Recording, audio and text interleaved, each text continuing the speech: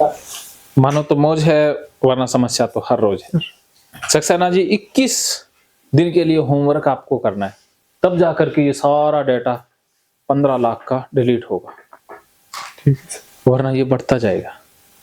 तो होमवर्क क्या करना है, सबसे पहले आपने गंदे पानी के जो गटर होता है उसके पास से निकलना है, रोज गाड़ी आए तो पास से निकलना है। 21 दिन तो कोशिश करना भी छींटा लगे, बुला बुला के गाली दे दे करके, और छींटा लग गया वैसे ही अपने काम में ध्यान लग जाना है। और नमाज अदा करनी हो तो उस समय आप धो लेना चाहिए, पानी से ऐसे धो लिया, काम चल जाएगा। और वैसे नमाज के अलावा कुछ कर रहे हो तो करते रहो। एक तो ये काम करना है। गाड़ी भी आपने छींटों के ऊपर से चलानी है, गाड़ी में तो लगेगा नहीं, ये गाड़ी आप छींटों के ऊपर से ले जानी है, अर्थात नाली के ऊपर से चलानी है आपने 21 दिन के लिए। Homework clear? क्योंकि देखो होमवर्क करना होगा, जैसे मन है ना हमारा, वो बहुत शातिर है। एक मैं इससे रिलेटेड कहानी सुनाता हूं कि एक इंसान किसी बाबा के पास जाता है और कहता है कि बाबा जी मुझे कोई ऐसा वरदान दे दो या कोई ऐसा जिन दे दो कि वो मेरे सारे काम कर दे, मैं बस उसे काम लगाए रखूं और वो मेरा काम फटाफट कर दे। बाबा ने कहा लो, ये एक मेरे पास जिन है, ये ले जाओ, ये तेरा सारा काम फटाफट कर देगा, लेकिन अगर तूने इसे काम नहीं दिया तो ये तुझे खा जाएगा। वो बंदा कहता है बाबा जी मुझे कैसे खा जाएगा, मेरे पास तो बहुत काम है, मैं तो इसको बेला रहने नहीं दूंगा, मैं तो काम लगाए रखूंगा। बाबा जी कहते ठीक है फिर लगाए रखना, जाओ। वो बंदा जिन को ले आता है और उस जिन को कहता है मेरे लिए एक गाड़ी लाके दो। तो वो जिन फटाक से गाड़ी ले आता है। अब वो बंदा कहता है कि मेरे लिए सुंदर सा घर बना दो। वो कुछ ही मिनटों में घर बना देता है। अब उस बंदे ने शाम तक वो सारे काम करवा लिए जो वो करवा सकता था। अब उसके पास काम ही नहीं रहा, वो करवाए क्या? तो वो जिन कहता भी मालिक मुझे काम दो वरना मैं आपको खा जाऊंगा। अब मालिक तो वो घबरा गया, बंदा तो घबरा गया कि अरे मैं काम दूं क्या, ये तो फटाक से कर देता है। तो वो भाग करके उस बाबा के पास जाता है, तो बाबा के चरणों में गिर जाता है और कहता है बाबा जी मुझे बचाओ। कहते इस जिन से मेरा पीछा छुड़ाओ, ये तो मुझे खाने को दौड़ रहा है। वो कहता है काम दो, काम मेरे पास थे वो तो सारे करवा लिए, अब मैं करवाऊं क्या? तब बाबा जी कहते मैंने पहले कहा था ना। कहते बाबा जी भूल हो गई, मुझे पता नहीं था ये इतना ज्यादा शक्तिशाली है। तो बाबा जी कहते फिर मैं एक उपाय बताता हूं, तुम्हें एक लंबा सा खंबा इससे रोपवा लो, इसको कहो भी एक लंबा सा खंबा रोप दे और इसको काम दे दो कि इसके ऊपर चढ़ उतर, इस काम का कोई अंत नहीं है। तो उस बंदे ने ऐसा ही किया। तो अब जिनको काम मिल गया ना, वो चढ़ता रहा उतरता रहा, तो बंदा भी चैन से रहने लगा। आपको पता है हमारे पास भी एक ऐसा जिन है। वो जिन कौन है? हमारा मन। अगर मन को हम काम नहीं देंगे ना तो ये हमें ही खा जाता है, अर्थात इसमें उल्टे विचार आएंगे। जैसे ये खेत है, खेत को हम जोतेंगे नहीं, साफ नहीं करेंगे तो इसमें कंटीली झाड़ियां वो उग जाएंगी ना। अगर फसल नहीं बोएंगे तो ये बंजर हो जाएगा ना। ऐसे ही है, मन को अगर काम नहीं देंगे तो मन हमें ही परेशान करेगा। तो अब आपने फ्री नहीं रहना है, बिजी रहना है काम में। ऐसे काम में बिजी रहना है जिसमें आपका मन लगता हो, जिसमें आप खुशी महसूस करते हो। तो अर्थात आपने काम देना है। खाली दिमाग शैतान का घर। ओसीडी कहीं ना कहीं खाली दिमाग से ही पैदा हुआ।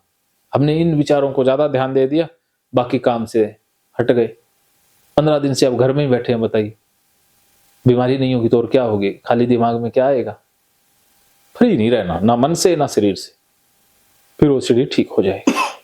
ये आपका अनुभव है ना, जब आप काम में लग जाते हो, जिस काम में आपको मजा है तो उस काम में सब कुछ भूल जाते हो, तो ओसीडी भी याद नहीं रहता।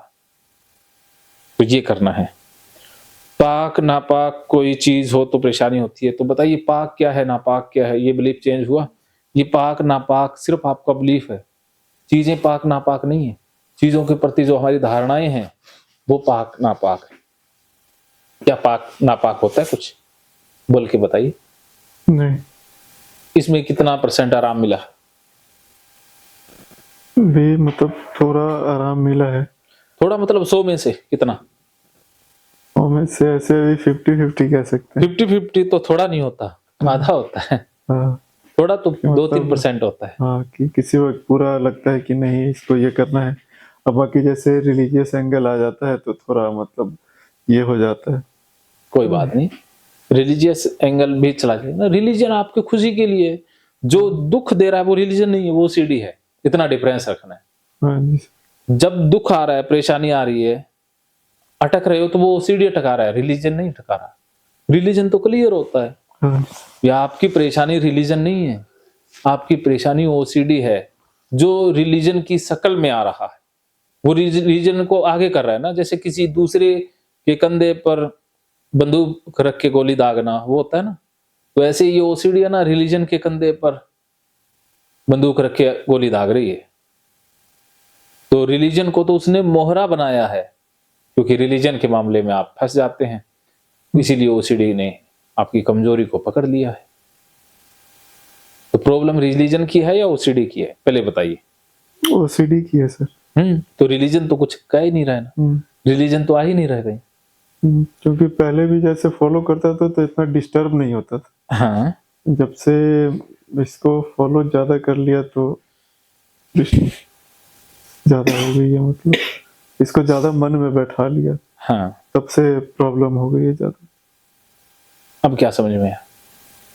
क्योंकि मतलब ये सर यही है कि इन सबको मतलब फॉलो नहीं करना है, इनको इतना अपने दिमाग पे हावी नहीं होने देना। Very good. कुत्ते से छूने से जो परेशानी होती थी, अब उस कुत्ते के पास जाना, बिस्किट डालना, रोज इतना कर देना। हाँ, छू लिया तो ठीक है, नमाज अदा करने से पहले हाथ धो लेना। हाँ, 21 रोजा ये भी करना है। हाँ जी, ओके। स्पर्म से दिक्कत, स्पर्म तो हमारा आधार है, उससे आप बने हो, सारी सृष्टि उससे बनी है, तो स्पर्म में तो कोई दिक्कत है नहीं, या है तो मैं ये भी बिलीफ आपका बदलूं। इससे तो मतलब नॉर्मल हो गया हूँ अभी। और चूहे से भी नहीं दिक्कत है, ये तो ओसीडी है, जो किसी को चूहे में दिखती है, किसी को बिल्ली में, किसी को छिपकली में, किसी को कॉकरोच में, तो वो तो ओसीडी का ही लक्षण है। असली दिक्कत तो चूहे में तो है नहीं। हाँ जी सर। तो चूहे वाली दिक्कत भी समाप्त। हाँ, लगभग समाप्ति समझिए, मतलब ये पूरी तरीके से। अच्छा, यूरिन के छींटे पर हमारी डिटेल बात हुई है, ये निकल गया? हाँ, नहीं ये सब नॉर्मल हो गया है। हाँ। तो रिलीजन को छोड़ के बाकी कितने % आराम मिला? अगर रिलीजियस एंगल हटा देंगे तो मुझे मतलब आराम है, मतलब 100%। हाँ, मतलब और रिलीजन के मामले में? उसमें है तो वो 50-50 थोड़ा हो जाता है। अच्छा, कोई बात बाकी नहीं। फिर भी ऐसा लगता है टाइम के साथ सही हो जाएगा ये। चलिए, ओवरऑल कितनी रिकवरी माने? ओवरऑल तो मतलब समझिए कि जैसे 20-25% रह गया होगा, बाकी 75% आराम है। हाँ, हाँ, तो 75% के साथ आपका रिव्यू वीडियो बनाते हैं, ठीक है? तो वो ब्रेक के बाद बनाएंगे, आप मेंटली प्रिपेयर हो जाना। उसमें मैं कुछ सवाल ही पूछूंगा, जिसमें सबसे पहला सवाल तो भी क्या लक्षण थे, और 2 दिन में आपने क्या सीखा, उसके बाद ओसीडी वालों को क्या मैसेज देना चाहेंगे। बस ये 2-3 सवाल पूछने हैं, ठीक है? और ये होमवर्क ही किस दिन करना है, इसमें कोई समझौता नहीं करना है। अगर होमवर्क नहीं किया तो फिर गड़बड़ हो जाएगी। ओसीडी होमवर्क करने से ही ठीक होता है, ऐसे नहीं होता। हाँ जी, बार बार होमवर्क करना है, 21 दिन लगातार। ओके, मैं फोन पर अवेलेबल रहूंगा 21 दिन तक, मुझे कभी भी फोन कर सकते हो।